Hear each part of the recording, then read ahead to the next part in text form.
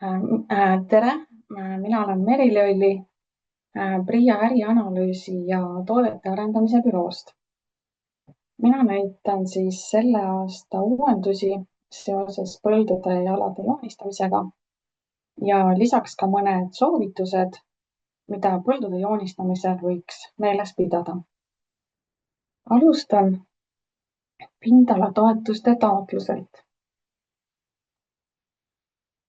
Pindalatoetuse taotluse põldude loetelus on põllud näha ja need põllud, mis siin näha on, tegelikult näidatakse põldude haldamise teenusest.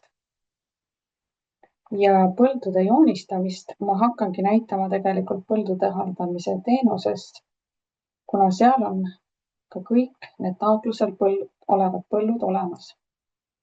Põldude haldamise teenuse leiab siit pindalateenused, põldude haldamine ehk PRIA põlluraamat.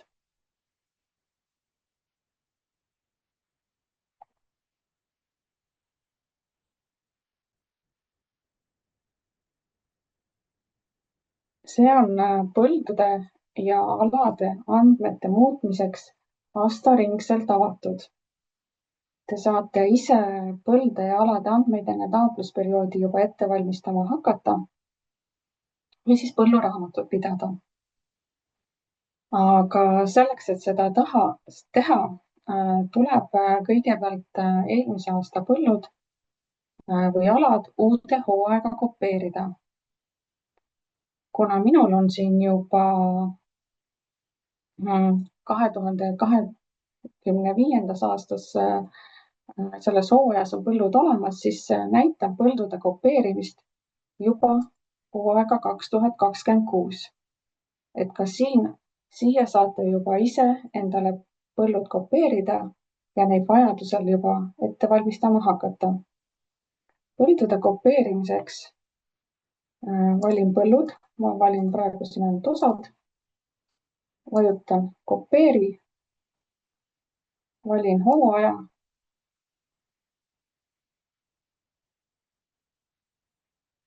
ja mul ongi olemas need samad põllud ka juba uues hooajas. Lähen tagasi nüüd jooksvasse hooaega 2025. Sel aastal oli paraku nii, et suure osa klientidest seda põldude kopeerimist ise ei teinud. Ja selleks, et ka neil taotlejatel oleksid taotluse avamisel põllud ja alad taotlusvormil olemas, me masskopeerisime 28. märtsil nende klientide kõik hooajas 2024 olevad põllud ise hooaega 2025. Ja seda olenemata sellest, kas põld oli eelmisel aastal taotlusel või ei olnud. See on siis eelmine hooaeg 2024 ja lisaks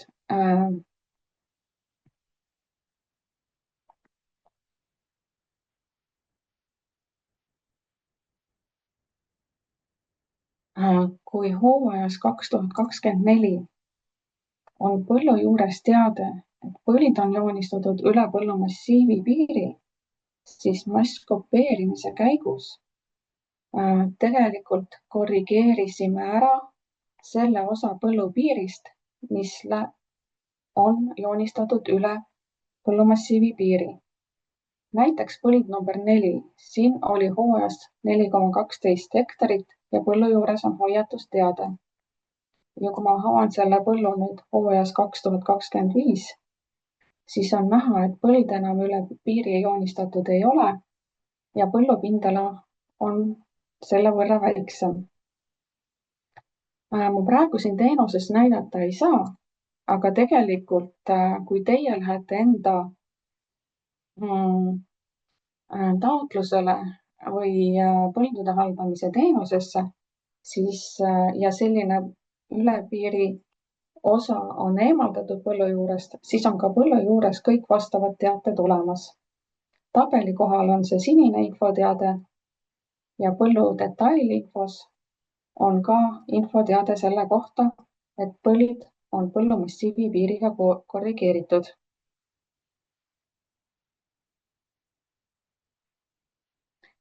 Aga meil on ka kliente, kes juba olid varakult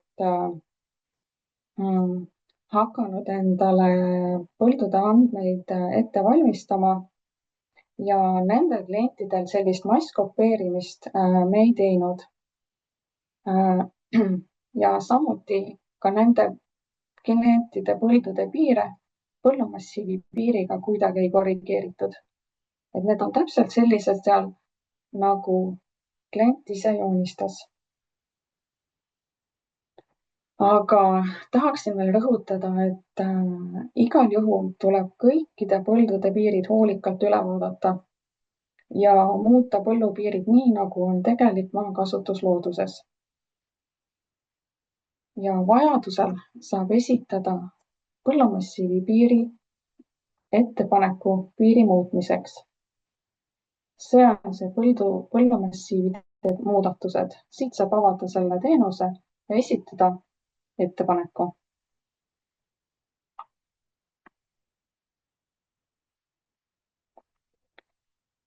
Teiste uuenduste näitamiseks valin praegu nüüd teise kliendi.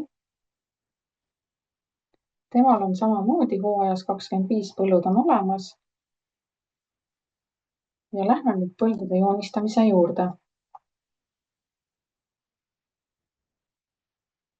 Kui teil on ikkagi mõni põld, mille juures on teade, et põld on joonistatud üle põllumassiivi piiri. Sel aastal on selline uus punane infoteade. Siit saab otse avada ka videojuhendi, kuidas põllupiiri muutmiseks. Ja selleks, et kas kirjutada selgitus või muuta põllupiiri, lähen kaardile.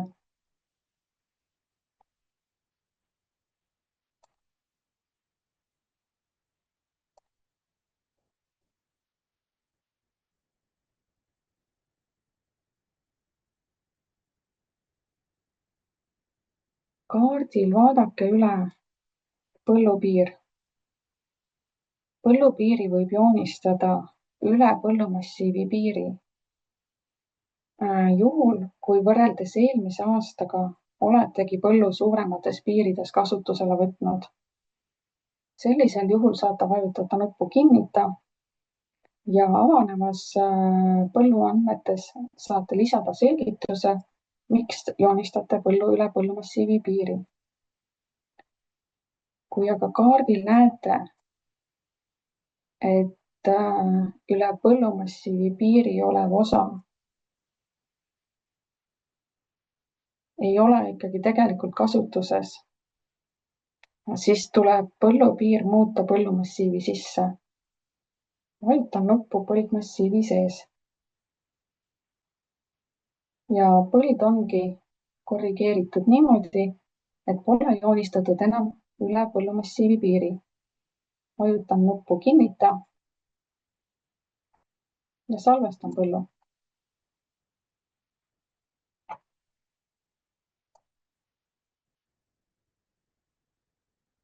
Ja põld ei ole joonistatud enam üle põllumassiivi piiri. Tahtsin veel näidata, et kust leida abi põldude joonistamisel. Vajutad nuppu, vajad abi, vajuta siia. Siit saab avada põldude joonistamiseks videojuhendid.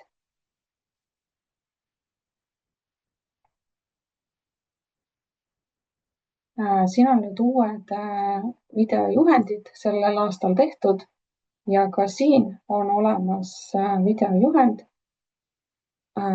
üle põllumassiivi piiri joonistatud põllu muutmiseks põllumassiivi sisse.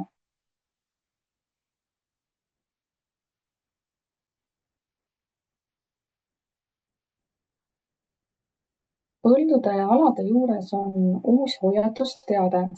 Kui kui on kattumine riigi või munitsipaalomandis oleva või reformimata maaga. See on tähelepanu juhtimiseks, et selle maa kohta peab 15. juuni seisuga olema kehtiv maakasutuse leping. kui seda pole, siis tegelikult ei peaks sellist põldu või ala üldse taotlusele lisama. Või siis tuleb põllu või ala piir muuta nii, et pole enam kattumist katastriüksusega, millel teil puudub kasutusõigus. Antud põllul on kattumine kahe riigi omandis oleva maaga ja näitan nüüd, kuidas muuta põllu piiri, et poleks enam kattumist sellise maaga, millel mul kasutusõigus puudub. Näiteks katastriüksus 0276 lõpuga. Lähen kaardile.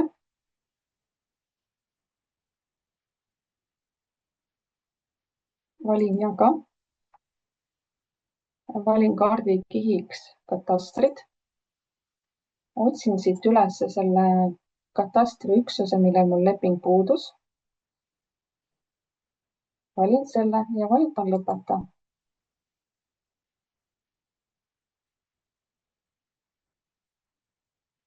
Selle osa, millel mul kasutusõigust ei ole, võin täitsa eemaldada siit. Ja selle põllu salvestan. Praegu nüüd on näha, et on ikkagi kattumine riigi omandis maaga, aga kui maakasutusleping on olemas, siis see võibki niimoodi jääda. Ja salvestan põllu.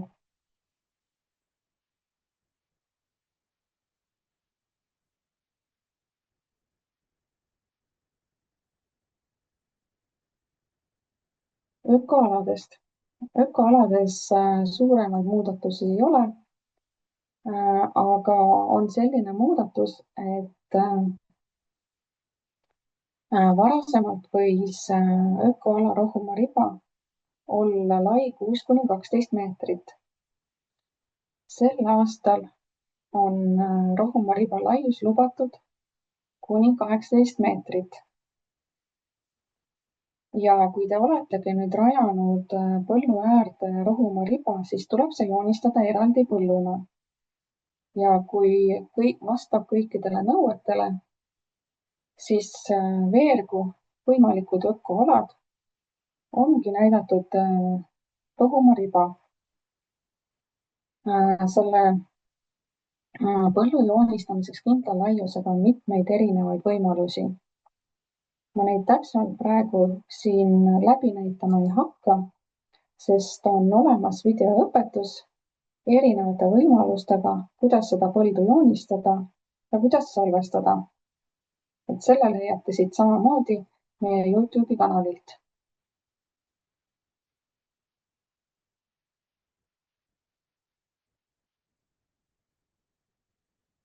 Kaardikihtide osas sel aastal suuremaid muudatusi ei ole, aga kaardikihile väärtuslik püsirohumaa on lisandunud ka teine liik väärtuslikke püsirohumaid, kõrge loodusväärtusega püsirohumaa. Ja kui põld kattub sellega vähemalt 60% ulatuses, siis on ka vastav teade siin põllu detailinfos näha.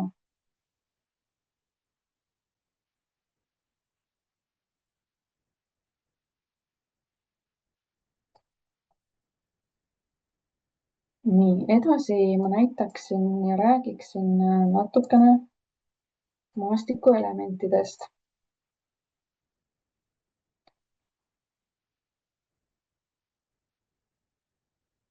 Sellel aastal on nüüd lisandunud uued põllusaared. Kui varasemalt võis olla põllusaar põllumaa sees, siis sel aastal on lubatud ka põllusaared, mis külgnevad põllumaaga. Siin on ka üks selline näha.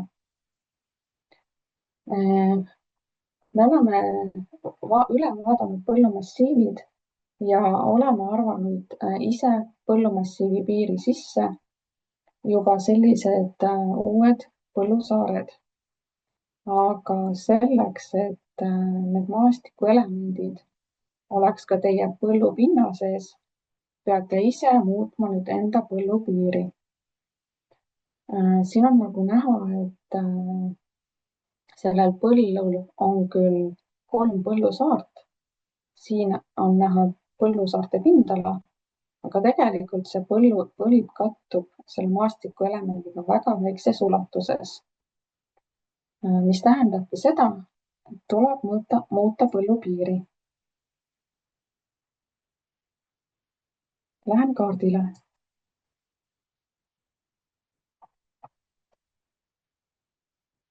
Maastikuelementide põllupinna joonistamiseks on mitu võimalust. Näiteks võin kustutada siin nurgapunkte. Ma hoian all klaviatuuril D-tähte ja kui ma hiire kursoriga nüüd siin nurgapunktide kohal liigutan, siis tegelikult see auk siit kustutati ja põllusaar ongi nüüd põllupiiri sees. Või suurendan põllupiiri, vajutades nuppu, suurenda alusala piirini.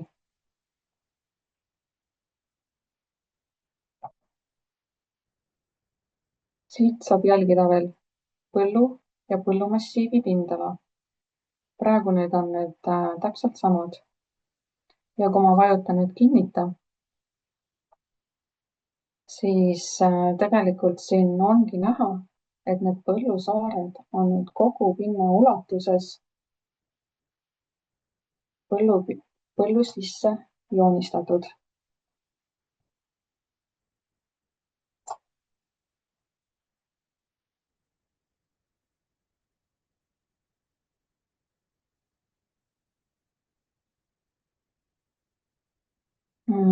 Lisaks tahaksin ma ka näidata tegelikult maakasutuse kontrollist tulenevaid teateid. Et põllu juures võivad olla sellised erinevad punased teated. Need on tegelikult juba ka varasematel aastatel olnud, aga meeldetuletuseks, et kuidas põllu maakasutuse märkimisel nendega arvestada, siis näitaks mõned näited läbi. Näiteks on põld number 2. Siin on nagu kirjas, et ma olen märkinud põllumaa kasutuseks püsirohumaa, aga tegelikult see vanus ei ole püsirohumaks veel piisav. Põllurohumaa vanuse vaatamiseks ma lähen praegu kaardile.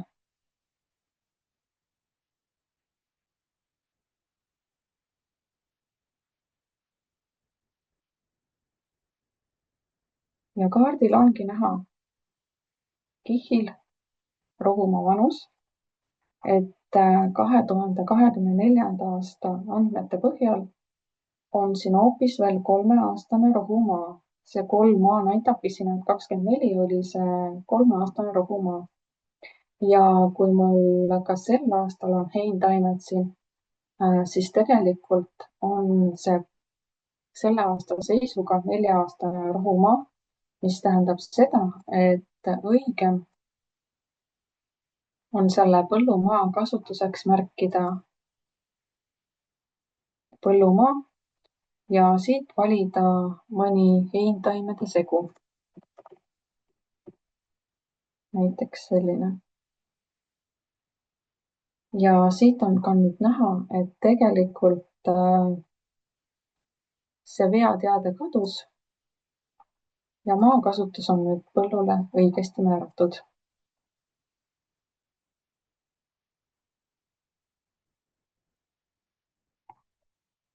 Lisaks veel üks selline teade, et põllu põld ei ole püsirohumaks piisav ja oleks vaja ka võib-olla ka muuta põllupiiri. Ma näitan siit kiiresti ka ära, kuidas saaks jagada põllupiiri rohumaa vanusega nii, et moodustukski püsirohumaa põld. Selleks saabki kasutada funktsionaalsust jaga. Vajutan jaga, valin rohumaa vanuse, siit valin selle püsirohumaa ja vajutan lõpeta. Ja tegelikult see põld ongi nüüd ilusti joonistatud vastavalt rohumaa vanusele püsirohumaa piires. Ja see osa, mis ei ole veel püsirohumaa, selle saate siis joonistada eraldi põlluna.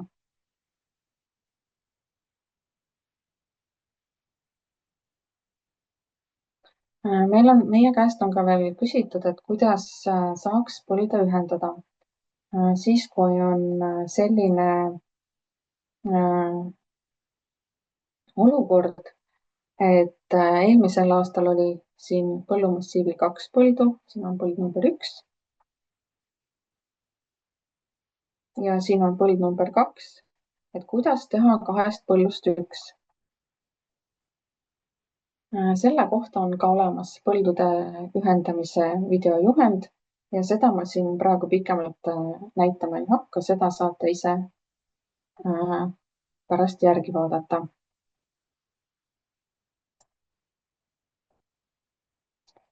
Veidi ka kindlaks tehtud andmetest.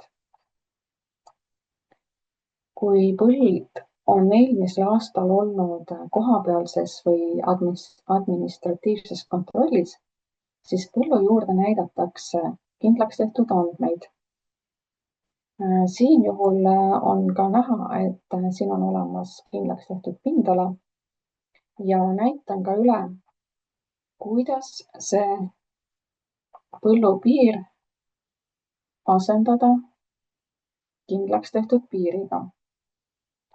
Siin on näha, et minu põllupindala on praegu 6,05 hektarit ja tegelikult kindlaks tehti väiksem. Lähen kaardile.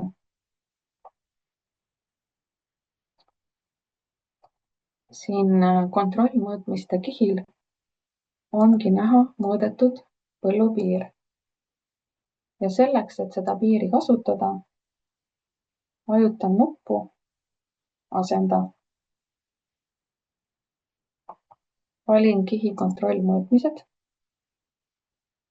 valin objekti ja vajutan lõpeta. Ja ongi olemas mul põllupiir vastavalt sellele,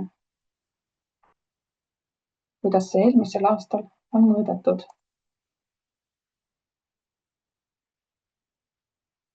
Siin saab nüüd veel näha, et tegelikult need pindalad on nüüd võrdsed.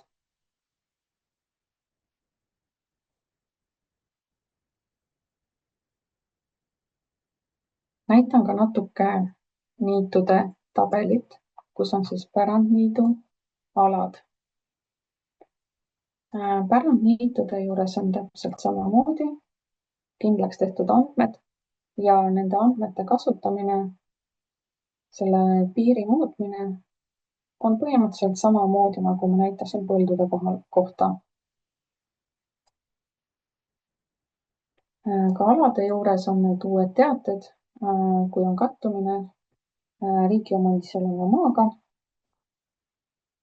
Ja siin saate siis samamoodi üle vaadata, et oleks olemas maakasutusleping kõigi nende maade kohta ja kui seda ei ole, siis tuleks samamoodi see osa katastriüksusest põllupinnast välja arvata. Et saab teha samamoodi katastriüksusega jagamine, nagu näitasin põldude juures.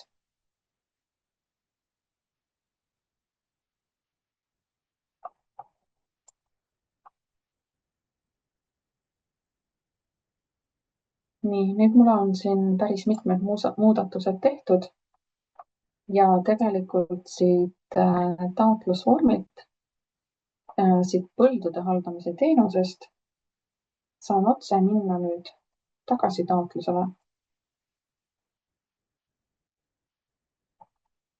Ja kuna need põldude andmed tulevad siia põldude haldamise teenusest, siis tegelikult kõik need muudatused, mida ma seal tegin, on kohe olemas ka siin pindalatoetuse taotlusel.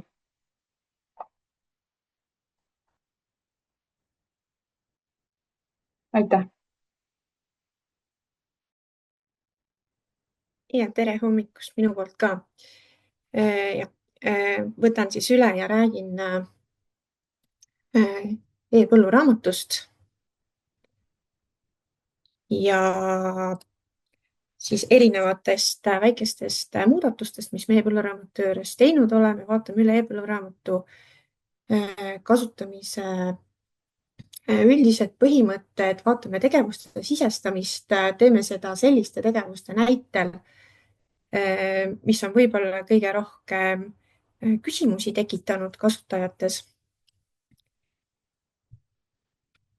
Ja siis veel mõnest tulevikus ees ootavast muudatusest.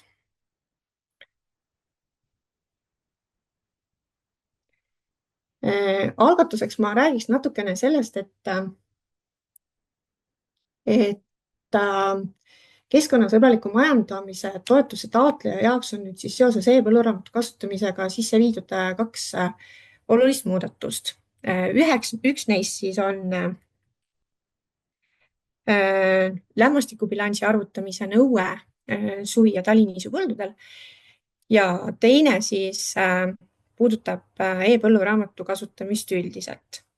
Keskkonnasõbraliku majandamise toetuse taotleja jaoks on e-põlluraamatu kasutamine kohustuslik alates eelmise aasta 15. juulist.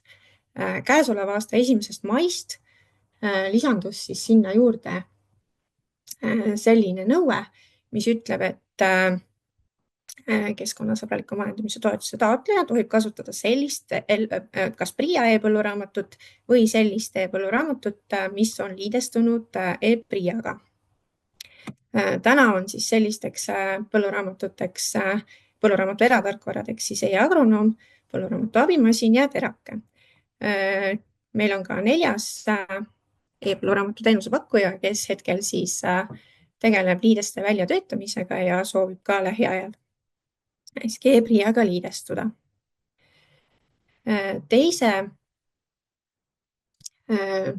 KSM taotlusi puudutava nõudena siis toon välja selle, et alates käesolevast aastast tuleb siis suvi- ja taliniisu põldudel arvestada lämmastikubilanssi. Lämmastikubilansi arvestus toimub PRIA poole peal.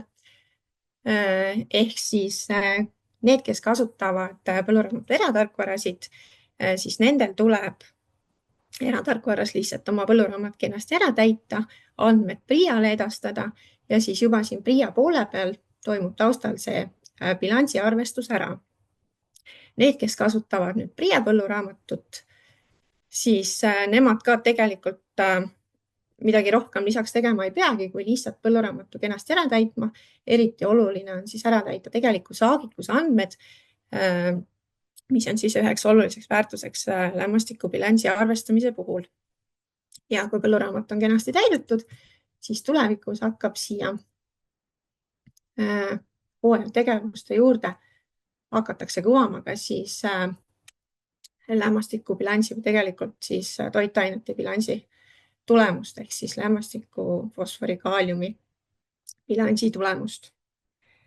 Kalkulaator on välja töötatud siis Maaülikooli teadlaste poolt lihtsustatud üldbilansi põhimõttel, aga kalkulaatoritest räägin siin hetke pärast veel natukene pikemalt. Nii, aga vaatame siis korraks siia põlluraamatusse sisse. Et olen siis siin põldude haldamise teenuses, olen ära valinud oma esindatava ja siin on siis minu põldude nimekiri. Nagu ikka põlluraamatu täitmine peaks siis tegelikult algama saagikuste planeerimisest. Selleks on meil siis hooajakultuuride saagikusakordion siin, kus on siis tegelikult juba, kui põhikultuur on ära määratud, siis on eeltäidetud ka siin põhikultuuri rida vaikimisi. Siin saab siis ära määrata saagitüübi ja planeeritud saagi. Nii. Ja seejärel siis saab põlluraamatusse juba hakata sisestama tegevusi. Tegevuste sisestamise juures siis tegevusi, nagu ikka, on siin valikus meil peaaegu 30 erinevat, mõned neist on siis ainult põhiomadustega tegevused, teised siis lisaomadustega tegevused. Ja täna siis plaanin natukene kasutajatelt saadud tagasiside põhjal peamiselt rääkida mõnest tegevusest, mille sisestamine on natukene probleeme tekitanud. Aga kõigepealt näiteks võib-olla ära siin mõne väga lihtsa tegevuse. Võtame siit näiteks kivi korjamine. Tegevuse pindala on eeltäidetud vaikimisi siis põllupindalaga, millest on maha arvestatud säilitatavate maastikuelementide pindala. Põllu enda pindala on siin üleval kenasti näha, samamoodi nagu on näha siis põllumajanduskultuur, mida antud põllul sel aastal kasvatatakse. Siin on siis tegevuse pindala iseenesest, kuigi ta on eeltäidetud, saab seda ka muuta. Kui tegite tegevust väiksemal või ka miks mitte suuremal pinnal, määrame ära siis tegevuse alguse ja lõpukuupäeva. Ja tegelikult selliste tegevuste puhul siis rohkem midagi märkima ei peagi. Salvestame tegevuse. Nii. Teised tegevused, mis on siis lisaomadustega tegevused, seal on vaja natukene rohkem täita. Ja seal ma peatuksin võib-olla täna siis natukene külvamise, väetamise ja taimekaitsevahendi sisestamise tegevusel. Nii. Siin antud põllul siis näitan teile taimekaitsevahendi sisestamise tegevust ja siis mõnda probleemi, millele nagu kliendid on siin tähelepanu pööranud või siis meilt on küsinud. Nii. Siin on mul üks talinnisupõld, siia on külvatud mingil hetkel sügisel talinisu. Märgin siis ära ka selle, et põlluraamatut tuleks täita siis hooajapõhiselt ehk siis vastavalt siis saagi hooajale, et eelmisel sügisel külvatud taliviljad võiksid tegelikult olla juba kantud hooaega 2025. Ja kui te seda sel korral ei teinud, siis et sel sügisel siis võiks sellega arvestada, et kui te hakkate sügisesi külve tegema, et siis kopeerige põllud hooaega 2026. Siin te hooaegu näete ja kandke need külvitegevused juba siis järgmisesse hooaega. Aga siin on mul siis üks talinisupõld ja ütleme, et me tahame siis sellele teha mingisuguse taimekaitsevahendi kasutamise töö. Siis tegelikult algab see sisestamine sellest, et meil on sisse kantud seiretegevus. Panen ka siit mingisugused kuupäevad. Paneme siis kirja mingisuguse leiu sealt põllult. Paneme siis seekord näiteks, et oli tuulekaer. Paneme mingisuguse koguse siia ja siis salvestame tegevuse. Ja seejärel siis juba panen siia taimekaitsevahendi kasutamise tegevuse. Nii. Kaitsevahendi kasutamine samamoodi. Määrame ära tegevuse pindala, tegevuse alguse, tegevuse lõpukuupäevad. Nii. Ja nüüd siis taimekaitsevahendi materjal. Valime siit taimekaitsevahend registrist. Hakkame sisestama siit siis mingisugust taimekaitsevahendit. Kui me alustame siin kirjutamist, siis siin filtreeritakse tegelikult kohe meile brändid ära, mis siis lihtsustab registrist õige taimekaitsevahendi leidmist. Taimekaitsevahendeid pärime me siis PTA hallatavast taimekaitsevahendite registrist. Teeme seda 1 kord ööpäevas. Ehk siis meil võiks olla kogu aeg jooksvalt värske ja õige seis registris olevate taimekaitsevahendite, samamoodi väetiste osas. Aga mõningatest erandjuhtudest ma varsti ka räägin, et mis siin võib juhtuda ja kuidas siis käituda. Aga antud juhul siis märgime siit ära mingisuguse taimekaitsevahendi, paneme siia koguse ja määrame ühiku. Nii, samuti tuleb siis ära märkida töö teostaja, siin oma nime praegu. Ja nüüd tegelikult on meil justkui siis siin täidetud, kui me kasutasime paagisegus veel taimekaitsevahendeid, neid saab siit lisanupust siis lisada.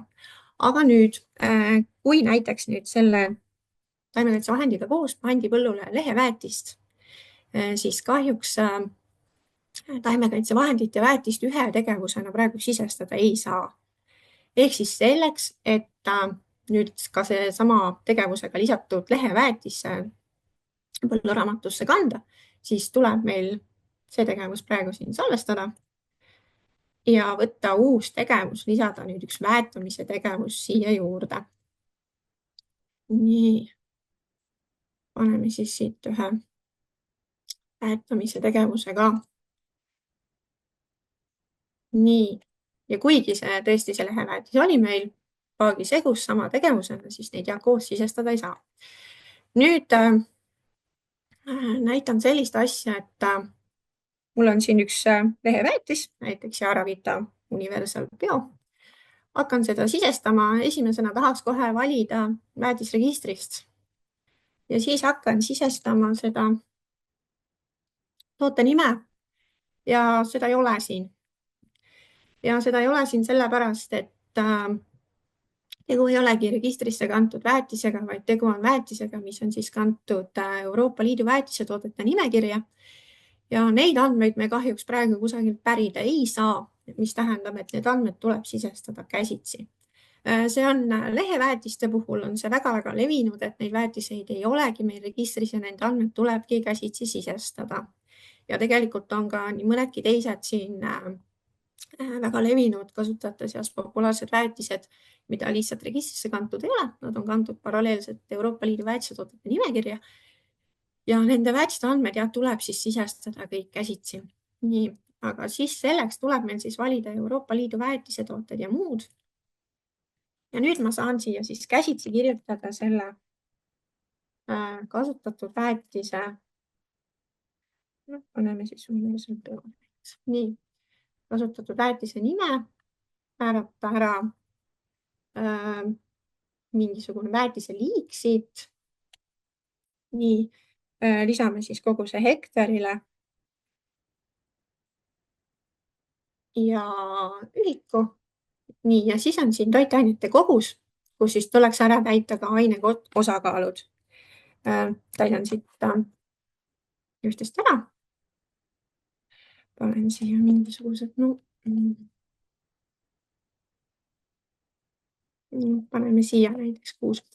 Ja siis tegelikult näiteks, kui ma nüüd tõesti ei tea neid aine osakaalusid või neid ei ole või ma ei oska neid kuidagi täita, siis tühjaks neid ridu siin jätta ei tohi, aga siin iga rea lõpus on selline prügikasti ikoon ja siis sellele vajutades kustub see rida ära ja siis sellisel juhul on võimalik seda tegevust ka salvestada. Salvestan siis selle tegevuse nüüd siia ära. Nii. Ja meil on siin olemas siis nüüd üks taimekaitsevahendi kasutamise ja väetamise tegevus. Ja kui sisestada tehtud koos, siis põlluraamatusse läheks 2 kandena. Nii. Ja näitan siis ka külvamise tegevust.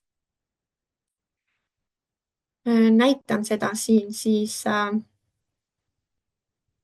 tegelikult lähme tagasi korraks ikkagi selle taimekaitsevahendi kasutamise juurde. Näitan veel ära siin taimekaitsevahendi kasutamise juures ka ühe olulise asja, et eelnevalt siis jätkuvalt täita seiretegevus, leiud põllul kirja panna, aga nüüd siis võtan taimekaitsevahendi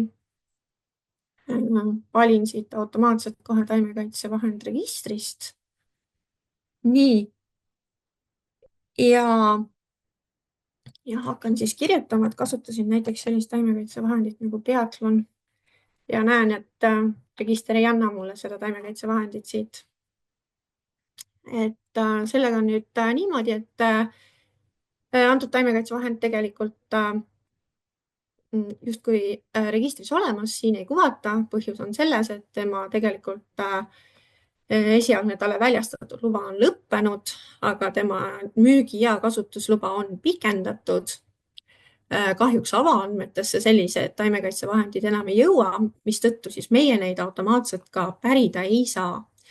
Sama lugu on taimekaitsevahenditega, mis on siis müügile lubatud lühiajalise eriloaga. Ka need ei jõua siis PTA avaandmetesse, kust meie neid andmeid pärime ning seetõttu siis nagu näha siin taimekaitsevahend registrist, siis seda valikut ei annagi. Sellise taimekaitsevahendi sisestamiseks on meil praegu töös muudatus, kus kuvatakse taimekaitsevahendi materjali juurde lisaks üks väli, milleks on siis muu taimekaitsevahend. Ja siis on võimalik taimekaitsevahendi andmed käsitsi sisestada. Praegu seda veel ei ole, see on meil tõesti töös, arenduses, loodetavasti väga esimesel võimalusel lisandub ka siia töökeskkonda. Aga hetkel ei ole jah, seda ka siin testkeskkonnas veel näha. Siis sellisel juhul, mida teha, et selline taimekaitsevahend siis ikkagi põlluraamatusse kantud saaks? Siis variante on tegelikult hetkel kaks. Esimene neist, kui nüüd seda taimekaitsevahendit kasutati segus millegagi. Näiteks panime sinna sama Biathloniga koos ka märgajat. Paneme siia märgaja. Määrame siis kogu sektorile. Nii. Ja nüüd on võimalik siia märkuste lahtrisse siis lisada, et kasutasin siis sellist taimekaitsevahendit nagu Biathlon 4D ja panin seda siis siia põllule näiteks 40 grammi hektari. Siis on see meil nüüd siia põlluraamatusse ära fikseeritud. See on siin olemas, see on teada, et sellist taimekaitsevahendit on kasutatud. Et ideaalne olukord kindlasti ei ole, aga esialgu siis aitab siiski põlluraamatusse märkida selle olulise info ära. Teine variant siis, ma salvestan selle tegevuse praegu ära. Teine variant siis on selline, et kui ma ei kasutanud siis seda taimekaitsevahendit, mida mul registrist pärida ei õnnestunud segus millegagi, kasutasingi ainult seda ühte vahendit, siis teine variant, mida meie soovitame hetkel on siis märkida see seiretegevuse juurde. Et tegin põllul seiret, leidsin sealt mingisuguse umbrohu näiteks ja paneme siit valgehanemalt mingisuguse koguse, et need andmed, mida ma siia praegu sisestan, et ärge neid päris tõepäeva võtke, et need on lihtsalt näitamiseks siin. Ja siis siin siis märkuste lahtrisse kirjutan, et tõrjeks kasutasin näiteks seesama Biathlon. Näiteks selliselt. Ja siis on see taimekaitsevahendi kasutamine siin ära fikseeritud.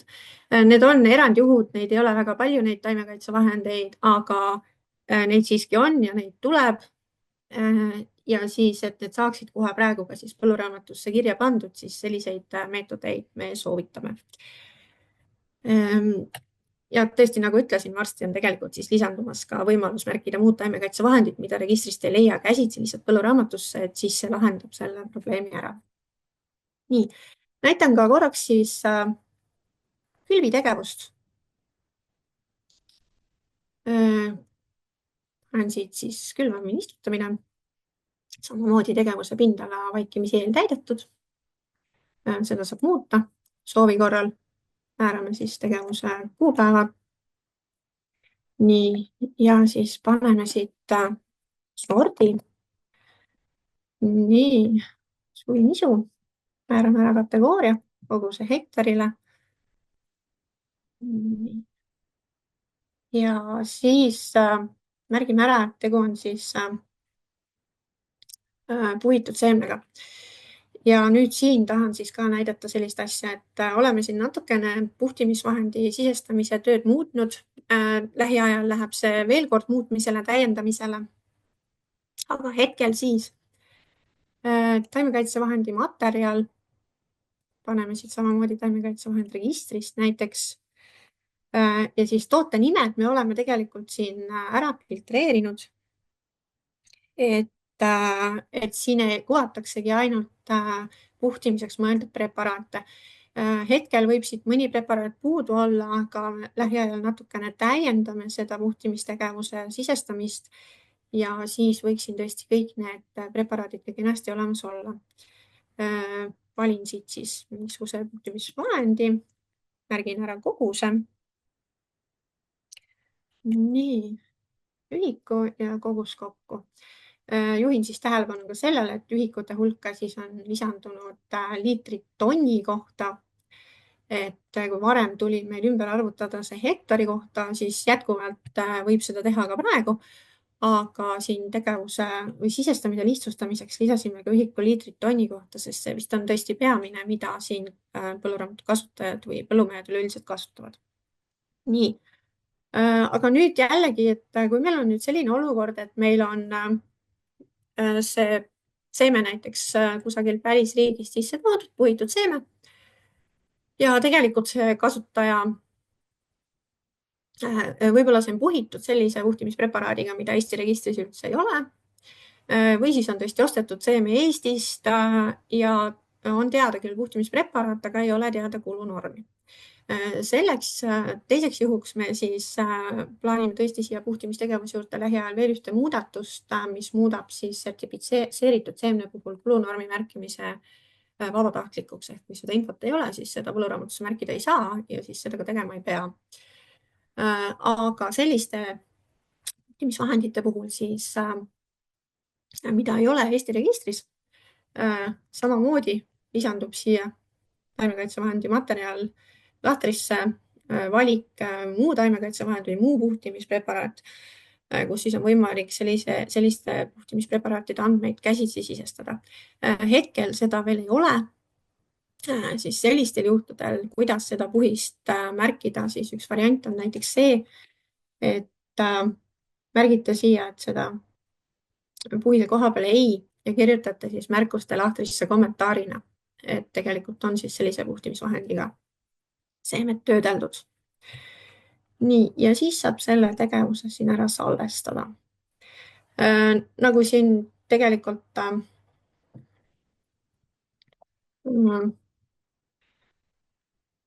siin nägite ka, et siis nüüd on ka olemas mitmele põllule tegevuse kopeerimise võimalus.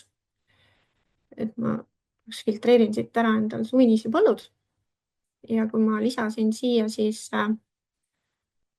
ühe külvamise tegevuse, siis tegelikult seda tegevust on siis võimalik kopeerida ka teistele põldudele. Praegu mul on siin filtreeritud suvinisud, siis ta pakubki mulle ainult suvinisu põlde. Ja kui ma panen siia siis linnukese, et ma soovin kopeerida seda tegevust, salvestan, öeldakse, et tegevus lisatakse nüüd sinna teisele põllule ka. Ja siis kinnitan, et soovin seda sinna salvestada. Ja siis nüüd te näete, et sellele teisele põllule ka samasugune külvamise tegevus tekkis. Siin põllu on siin tegevuse juures on selline plussmärgi ikoonikene, mis siis tähendab, et see tegu on kopeeritud tegevusega. Nii ja siis ühest asjast siin natukene räägin veel, ehk siis sellest tööriistade ribast, mis siia e-põlluraamatusse lisandunud on. Siin tööriistade all näete te 5 erinevat valikut. Siin on mullaproovid. Siit siis päritakse metkist võetud mullaproovide andmed. Nagu näete, sellel põllul ei ole metkist tehtud mullaproove, siis ma siit ka mingit infot ei saa. Et ma korraks selle filtri siit eemaldan ja võtan siit ühe teise põllu. et kui ma need tööriistad siin avan, siis ja proovime uuesti, näete, sellel põllul on nüüd siis MET-i mullaproovid olemas. Siin saab neid tulemusi ka alla laadida erinevates formaatides. Samuti on siin siis lupjamissoovitused, mis siis arvutab välja põllu lubjatarbe, väetussoovitused arvutavad samamoodi mullaproovide põhjal siis põllu toitaine vajaduse vastavalt kasutatavatele kultuuridele, soovitud saagikustele, et siin siis tuleks need andmed ära täita ja siis saab siin ka vastava väetussoovituse arvutada. Ja siis on siin NPK bilansi kalkulaator, mis on siis välja töötatud lihtsustatud üldbilansi põhimõttel. Tuleb siin ära täita. Ja siis, kui need andmed siin ära täita, ma praegu neid siin näitama ei hakka, aga siis arvutatakse siin välja siis lämmastiku fosfori kaaliumi bilanss. Kui on olemas MET-ist tehtud mullaproovid, siis võetakse neid arvesse ja siis kuvatakse ka tekstilisi hinnanguid selle bilansi tulemustele. Kui mullaproove MET-is võetud ei ole, siis neid tekstilisi hinnanguid ei kuvata, aga seda NPK bilansikalkulaatorit siin kasutada saab. Teiste kalkulaatorite või siin nende soovitusteenuste kasutamisel on siis eelduseks MET-is võetud mullaproovid. Nii, ja siis on siin veel kalkulaatorina on siis huumusbilansi kalkulaator, mis siis arvutab orgaanilise süsiniku bilanssi. Soovituskalkulaatorid, nii nagu nimi ütleb, on tegelikult soovituslikud. Ehk siis näiteks väetussoovituskalkulaatori puhul välja arvutatud väetamise normid ei ole kuidagi kohustuslikud, aga need aitavad siis kaasa võib-olla otsuste tegemisel, millist väetist, kui palju väetist siis põllul kasutada. Kindlasti tuleb siin arvesse võtta ka põllutingimusi, ilmastikutingimusi, mida siis need kalkulaatorid ei arvesta. Nii, ja tegelikult siis on üleüldiselt see põlluraamat meil üle vaadatud. Et nagu ikka, lisaks veel siis kiiresti siin näitan, et siin on võimalik põlde uuele kasutajale üle kanda. Selleks siis tuleks ülekantavate põldude ette teha linnukesed ja siis valite siit kanna üle uuele kasutajale. Siin tuleks siis uue kasutaja registrikood sisestada. Ma praegu seda ka lõpuni siin ei tee. Ja siis need põllud kantakse üle uuele kasutajale ja siis põlluga läheb kaasa kogu põllu andmekomplekt, sealhulgas siis sisestatud tegevuste info. Samuti on siis võimalik põlluraamatu väljavõtet eksportida, ehk saate siis seda endale alla laadida, kas siis PDF-i või Exceli formaadis. Ning samuti siis on võimalik põlde kopeerida järgmisesse hooaega. Aga sellega on siis nüüd see põlluraamatu ülevaade ka ära tehtud. Aitäh! Tere, mina olen Aive Lang, töötan toetuste arendamise osakonnas PRIA-s ja räägin teile siis peamistest muudatustest käesoleva aasta pindalatoetuste taotlemisel. Ma loodan, et näete kenasti mu ekraani ja võtan siis e-PRIA-s, antud juhul siis e-PRIA testkeskkonnas ühe taotluse esitamise ette. Et kõigepealt siis alustuseks see info, et käesoleval aastal siis algas pindalatoetuste vastuvõtt 15. mail ja kestab see vastuvõtuperiood siis tänavu 16. juunini. Aga siis alustame taotluse täitmist, aga kõigepealt veel sellest, et mida ma täna räägin, ongi see, et alustan kõigepealt eeltäidetud taotlusest. Seejärel näitan teile võrdluseks ka eeltäitmata taotlust ja selle eeltäitmata taotluse peal näitan ka ära muud muudatused, mis käesoleval aasta taotlusvormil tehtud on. Ja kui ma jõuan, siis näitan ka mõndasid selliseid probleemkohti, mida infotelefonilt küsitud on. Aga siis alustan algusest, et kõigepealt siis, kui taotlema tulete, pärast e-PRIA-sse sisse logimist kõigepealt tuleb siis valida esindatav, seejärel taotlemisega alustamiseks tuleb siis valida siit menüüribalt taotlemine ja esita toetustaotlus. Ja siis siit pikast nimekirjast tuleb otsida siis pindala- ja loomapõhiste toetuste taotlus ja alusta esitamist.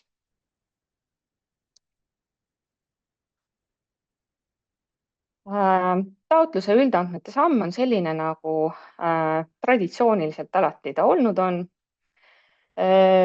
Aga siis siit edasi liikumisel kuvatakse siis nendele klientidele, kellel eelmisel aastal oli esitatud pindalatoetuste taotlus, 2 valikut, kas soovitakse täita siis eeltäidetud taotlusvormi või eeltäitmata taotlusvormi. Eraldi toon siin siis välja selle, et see valik kuvatakse ainult neile, kellel tõepoolest siis eelmisel aastal see taotlus esitatud on, et kui seda ei ole, siis sellist valikuvarianti siia ei kuvata ja automaatselt avaneb siis taotlejale eeltäitmata taotlus. Mina antud juhul siis valin eeltäidetud taotluse ja selle eeltäidetud taotluse mõte ongi siis selles, et need taotlemise märked kuvatakse taotlusele eelmise aasta järgi. Et selle kohta on siin ka siis mõlema variandi puhul selline infoteade olemas, mis nende 2 variandi erinevus on. Valin eeltäidetud taotluse. Pisut võib selle avamine aega võtta, sõltuvalt siis sellest taotluse suurusest, et kui palju andmeid sellel konkreetsel kliendil taotlusel on. Aga nüüd siis, nagu näete, on kohe eeltäidetud taotlusel olemas see info, missuguseid toetusliiki taotletakse. Ja samamoodi on juba ka siis eeltäidetud kõik need lisavormide plokid, mis nende taotlemistega nagu kaasas käivad. Et kui tõesti on siin taotletud loomade heaolu toetust või ohustatud tõugu loomade toetust, siis ka on vastavad lisavormid siis juba täidetud.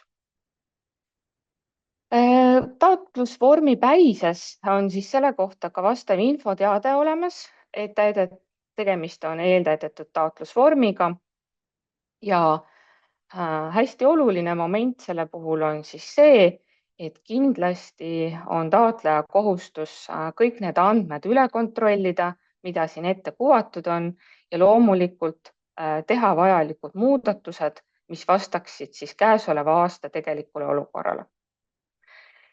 Käime need plokid siin kiiresti läbi ka, selleks, et saaksite täpsemat aimu. Selle konkreetse kliendi puhul ta on taotlenud küll väga palju erinevaid toetusi, aga puudusid on sort, viljapuude ja marjapuusaste loetelu ja mesilasperede andmed, et nende kohta siis paar lauset hiljem eraldi. Aga alustades algusest. Esimesed 4 plokki. Tegelikult siin mul väga palju eraldi rääkida ei olegi. Põhimõte on see, nagu alguses juba ütlesin, kõik taotlemise märked on kuvatud eelmise aasta järgi. Ehk siis, kui taotleti mingit toetust, siis on need märked olemas. Kui ei taotletud, siis on valik ei. Ja nagu juba ütlesin, valikuid saab muuta, nii nagu ikka. Ma olen välja selle, et kuna siin on tegemist 5-aastase kohustusega toetustega üldjuhul, välja arvatud mõne erandiga siin, siis kui taotlejal on kehtiv kohustus olemas, antud juhul on olemas siin NEET 5-aastane kohustus, siis automaatselt on juba tehtud valik see, et jätkan. Nende toetusliikide puhul, kus seda kehtivat kohustust ei ole, siis on valikuks ei taotle. Ja nii nagu juba varasematest aastatest tuttav, ikkagi on ka kõik need infoteated siin kõikide toetusliikide puhul olemas, et kas see kohustus on olemas või mitte. Liikudes siit edasi, siis põldude, ökoalade ja pärandniitude loetelu puhul kehtib üldjoontes üks ja sama reegel. Andmed on täidetud, mitte nüüd eelmise aasta taotluse põldudega, vaid need andmed pärinevad ikkagi põldude haldamise teenuse jooksvast taotlusaastast. Ehk siis, kui võrreldes eelmise aastaga olete põldude haldamises teenuses teinud põllul muudatusi, lisanud põlde, eemaldanud põlde, siis kõik see info kajastub siin ka eeltäidetud taotlusel. See tähendab siis ka muutunud kultuurid või mis tahes andmed põllul olete muutnud. Küll aga siis need taotlemise märked kõikides nendes taotlemise veergudes on siia ette kuvatud eelmise aasta järgi. Ehk kui me tuvastame, et tegemist on sama põlluga, mis eelmisel aastal, siis need märked on ette kuvatud. Aga veel kord siin rõhutan eraldi, et just see taotlemise märgete osa on just see kriitiline osa, mida tuleb eriti täpselt üle vaadata, et kas need andmed vastavad ka käesoleva aasta olukorrale, et näiteks toon siin välja just need tingvahekultuuri veerud, samamoodi ka taimekaitsevahendite kasutamine, mis on oma olemuselt ikkagi üheaastased andmed, et siin tuleb eriti üle kontrollida andmete õigsus. Ja siis veel nendes taotlemisega seotud veergudes on lisatud kõikidesse veergudesse selline märkeruut, vali kõik ja tühista kõik, mis siis nagu annab selle võimaluse, et kui teil on näiteks võrreldes eelmise aastaga põlde lisandunud, te teate, et kõikidele te soovite taotleda BSD toetust, siis siin sellest märkeruudust vali kõik, te saate teha kõikidele põldudele korraga selle märke. Ja samas, kui mõnes teises veerus vaatate, et oi, need andmed enam ei vasta sellele, saate kogu selle veergu tehtud märked ka sellest samast märkeruudust siis tühistada. Et see esimene klõps siin teeb küll valiku nagu kõikidele, aga teine klõps siis eemaldab need märkeruudust kõik taotlemised ja saate näiteks siis alustada igat põldu nagu uuesti eraldi ülevaatamist. Ökoalade loetelus siis taaskord sama põhimõte, nagu juba alguses ütlesin, et siin on ikkagi käesoleva aasta põldudega seotud võimalikud ökoalad, aga samas taotlemise märked eelmise aasta andmete järgi. Ja siis kõikides nii põldude, ökoalade, pärandniitude puhul kehtib siis see reegel, et kui siia on andmeid lisandunud võrreldes eelmise aastaga, siis need märked loomulikult tuleb ise juurde lisada ja see kehtib ka loomade puhul.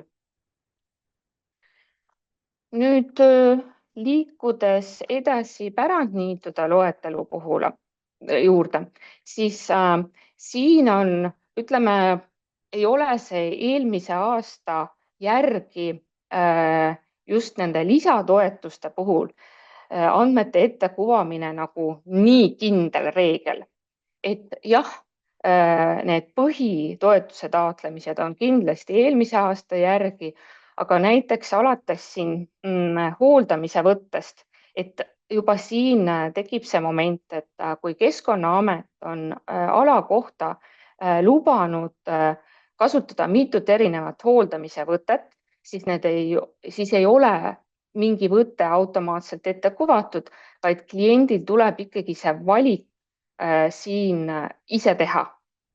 Ja juba selle tõttu, mis valikud siin käesoleval aastal tehakse, tekib ka automaatselt veergusid juurde ja sellega seoses ka võimalik lisategevuse taotlemise veerge.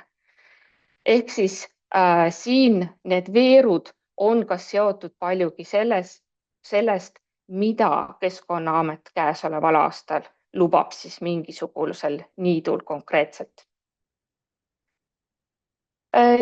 Liikudes edasi loomadega seotud loetelude juurde, siis loomade heaolu toetuse puhul, mis puudutab piimatõuguveiseid ja hobuseid, hobused siis on konkreetselt siin näha ka, et loomad kuvatakse ette käesoleva aasta 2. mai seisuga, kuidas nad on PRIA loomade registris, aga siis taaskord taotlemise märked ise tuleb üle vaadata, need on eelmise aasta järgi kuvatud, vajadusel siis korrigeerida.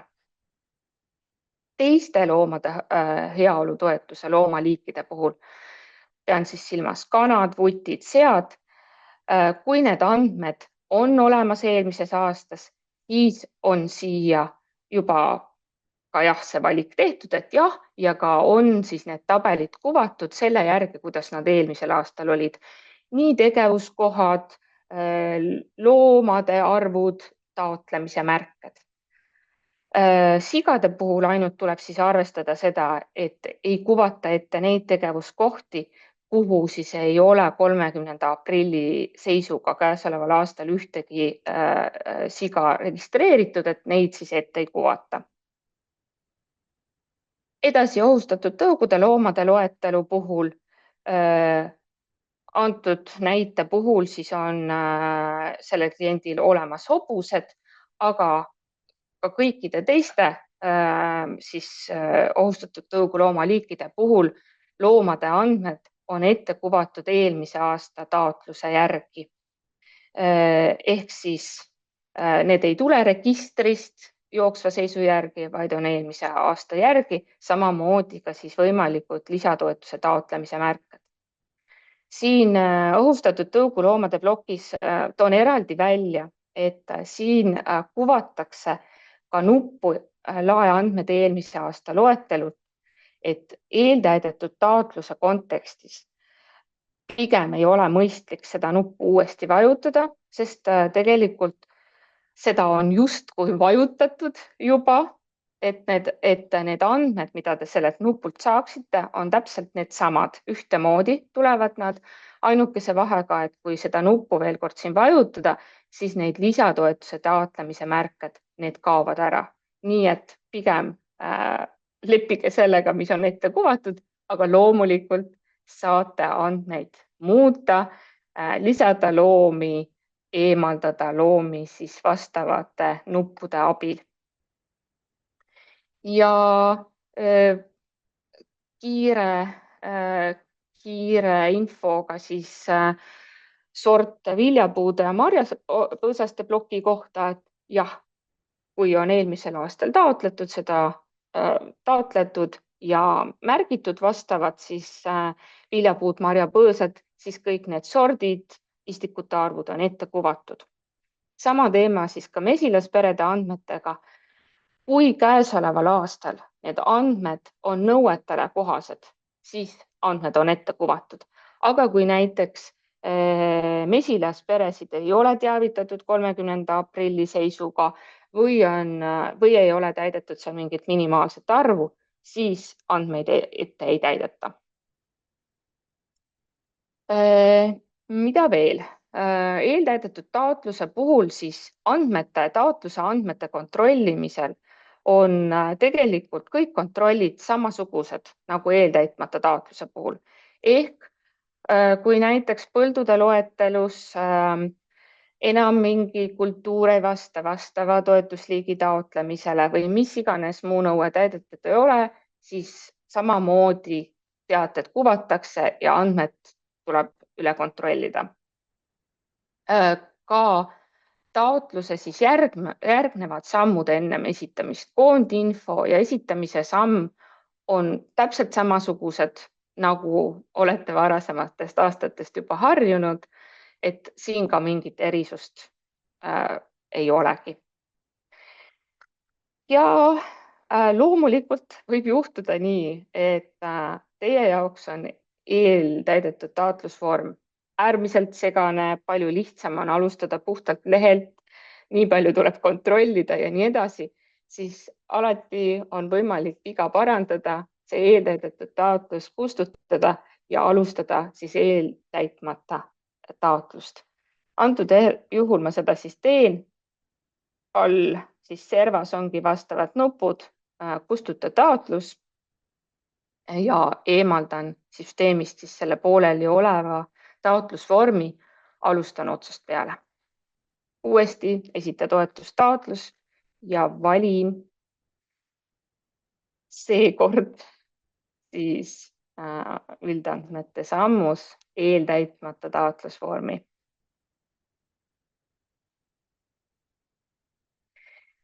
Ma loodan, et erinevus on silmaga nähtav, et nagu näete, kuvatud on ainult siis need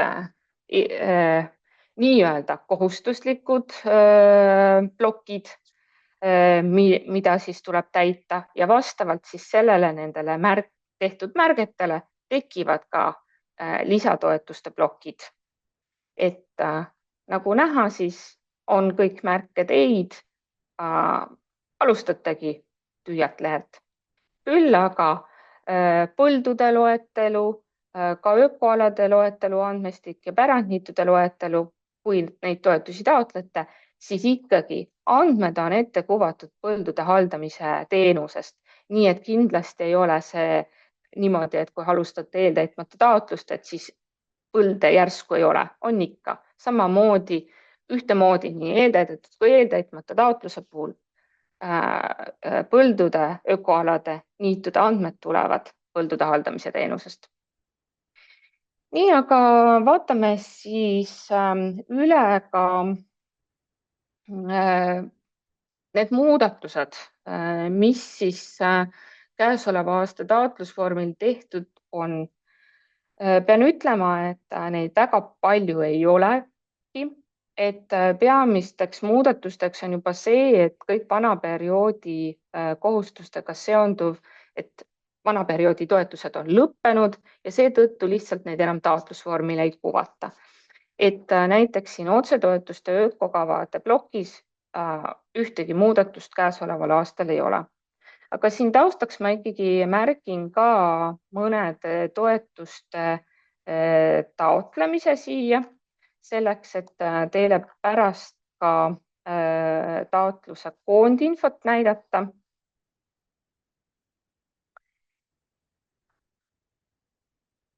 Ja siis maaelu arengutoetuste puhul on iseenesest muudatusi selles plokis küll, aga põhiline siis just nimelt see, et vanaperioodi toetused on lõppenud.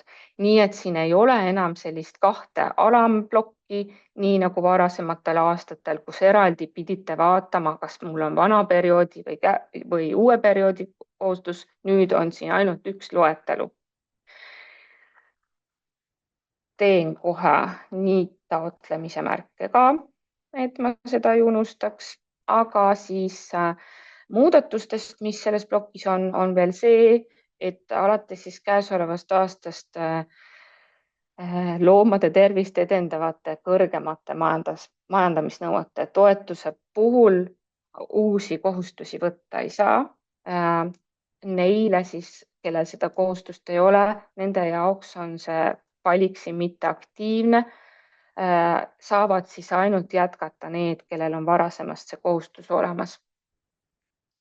Ja lisaks siis need, kellel on need kohustused, mida alates siis eelmisest aastast võtta sai, need olid sort, põhjavesi VPR ja VPR.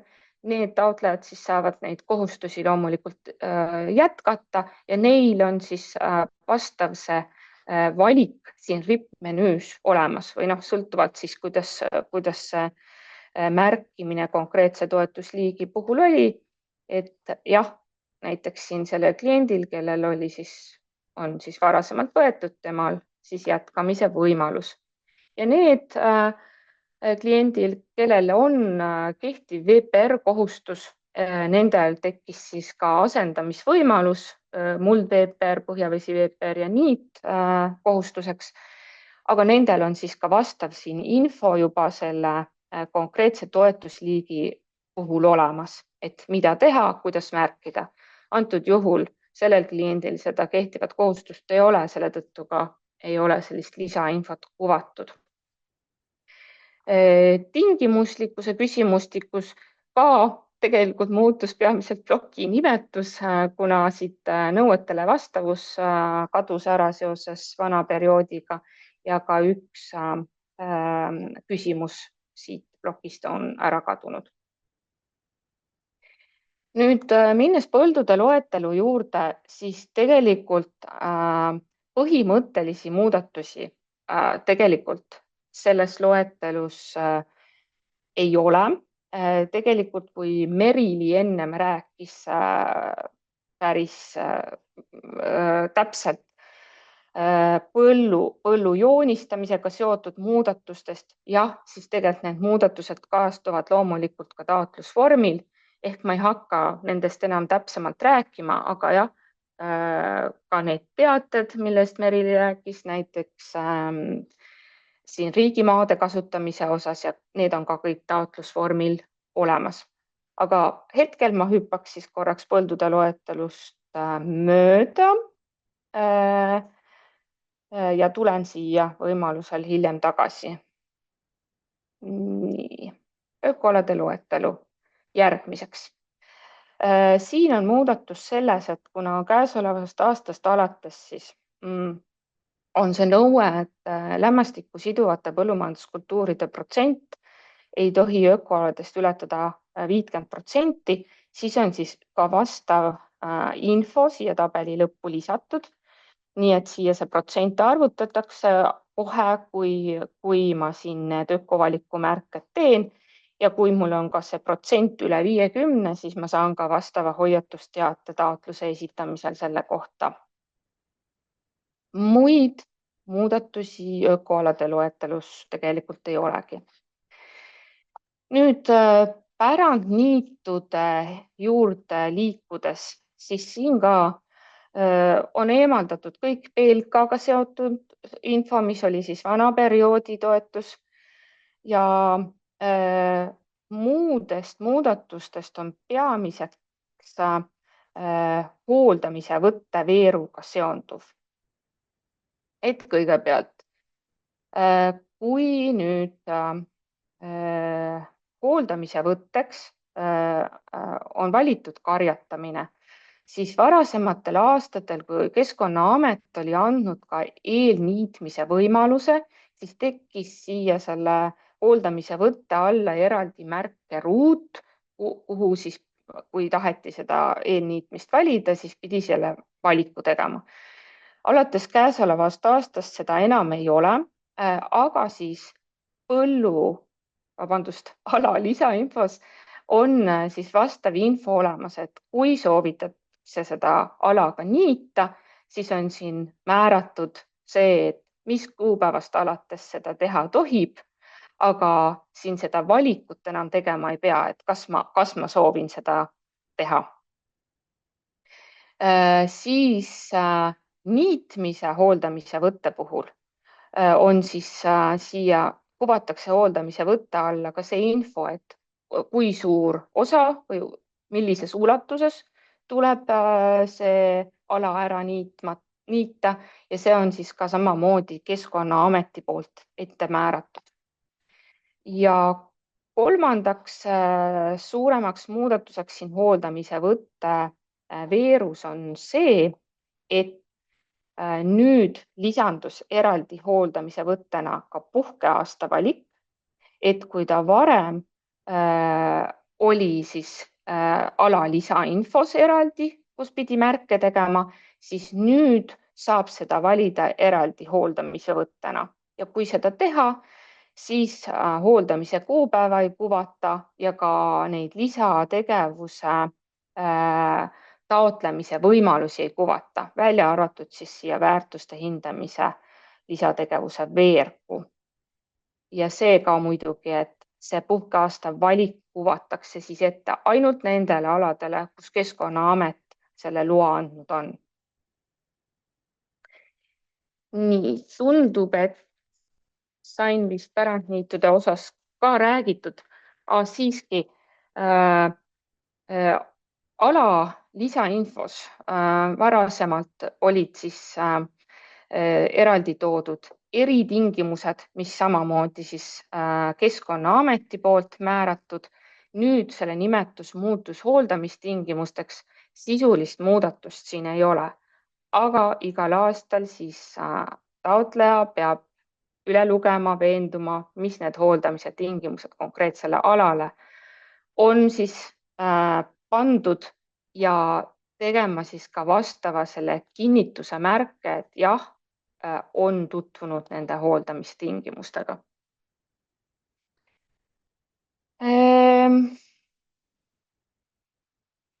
Teiste taotlusvormide plokkide puhul loomade heaolu, ohustatud tõukuloomade loetelu puhul pigem muudatused on minimaalsed ja midagi eraldi välja tooma ei hakkagi nendest. Aga siis, kuna pisut on aega, siis ma korra näitan ka põldude loetelus veel, et siin ennem isegi oli ka üks küsimus selle kohta, et kuna põldude loetelu võib oma olemuselt olla siin päris mahukas, sõltuvalt sellest, kui palju siis klient erinevaid toetusi taotleb, siis sellisel juhul, kui klient siin kasutab väiksemat ekraani või on üldse nii palju veergusid selles põldude loetelus, et kõik veerud korraga ära ei mahu, siis tekib põldude loetelule ja ka pärandniitude loetelu alla selline horisontaalne kerimisriba. Ja selle tabeli esimesed veerud on nii-öelda külmutatud, ehk siis see on vajalik selleks, et te saaksite siin liigutada neid tagumisi veerge, näiteks taotlemise märkeid, et näete, et saate panna need taotlemise märked täpselt sellele õigele põllule ja et nad siin midagi sassi ei läheks. Aga selle külmutamise puhul siis ka tegelikult see nüanss veel, et sellel aastal lisandus nende veergude hulka, mis siis külmutati, ka see põllumajanduskultuuri veerg. Ja siis veel siit kiiruga, mis siit ka välja paistab, on see, et taotlemise veerud on ikkagi selle taotlusvormi nagu paremal pool, et kliendid tihtilugu üritavad taotlemise märkeid teha siia esimesse veergu, et see esimene veerg on mõeldud ainult põldude eemaldamiseks, et kui teete siia märke, siis saate eemaldada põllu, aga taotlemise märked tuleb siis lisada siia tahapoole ja need taotlemise veerud tekivad selle järgi, kuidas te olete siis nendes ülemistes plokkides märkinud, et kui te soovite BSD-d, siis ka tekib see veerg siia. Ja siis veel kiirelt ka see, et enamikke andmeid saab siin otsetabelist muuta, lihtsalt te liigute hiirekursoriga, siin tekib ka see info, et muutmiseks klõpsa väljal, klõpsate ja see rippmenüü avaneb. Et selleks ei pea minema kuhugi kaardile, saate otse siit valida. Ja kiirelt ka esimesest sellest otsi reast siin tabelipäises, et see on mõeldud andmete filtreerimiseks, väljaotsimiseks, et näiteks ma soovin otsida kõiki põlde, millel kasvab kultuur rohttaimed, siis siit otsitakse konkreetselt ainult need põllud, aga selle rea kaudu ei saa sisestada uusi põlde ja samamoodi siis ka teistes tabelites ei saa lisada ei uusi loomi, hooneid ega miskit. Et selleks on eraldi siis nupud, et põldude loetelus uue põllu lisamiseks lisataotlusele põlde ja ka loomade loeteludes siis on selleks eraldi nupud. Nii, aga kuna aeg on armutu, siis kiirustan edasi, teen kiirelt andmete kontrolli, et näidata teile ära ka taotluse koondinfo. Nii, mul on siin mõned vead ka taotluse peal. Ja Siinkohal tegelikult rõhutangi veel kord üle, et palun hästi hoolikalt jälgida kõiki neid teateid, mida siis teile kuvatakse. Et need on ikkagi vajalikud selleks, et pärast menetlusprotsess oleks võimalikult probleemivaba.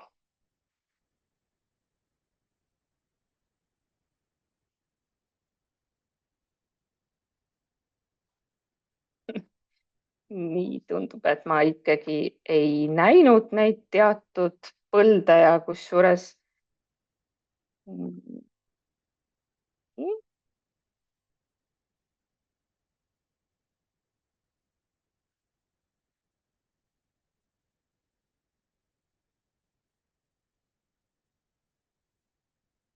tundub antud hetkel, et ma jään taotluse esitamisega siin jänni, pean oma häbiks siin tunnistama, sest testkeskkonnas hetkel tulevad siin sellised kummalised teated, aga ma loodan siiski, et ma jõuan sinna koondinfo sammu ennem ka, kui minu aeg läbi saab. Ei, siiski mitte, aga koondinfo sammu kohta ütlen teile seda, et lisaks sellele, et seal on olemas kõik teated, mida teile esitamisel kuvatakse ka kõikvõimalik andmete kokkuvõte, olulised protsendid, taotletud pinnad ja nii edasi. Palun jälgige neid hästi oluliselt, et seal saate vaadata, kas teie taotluse andmestik ikkagi vastab soovitule. Nii, aga ma loodan, et teie taotluse esitamine läheb tõrgeteta. Edukat taotlemist. Kõike head!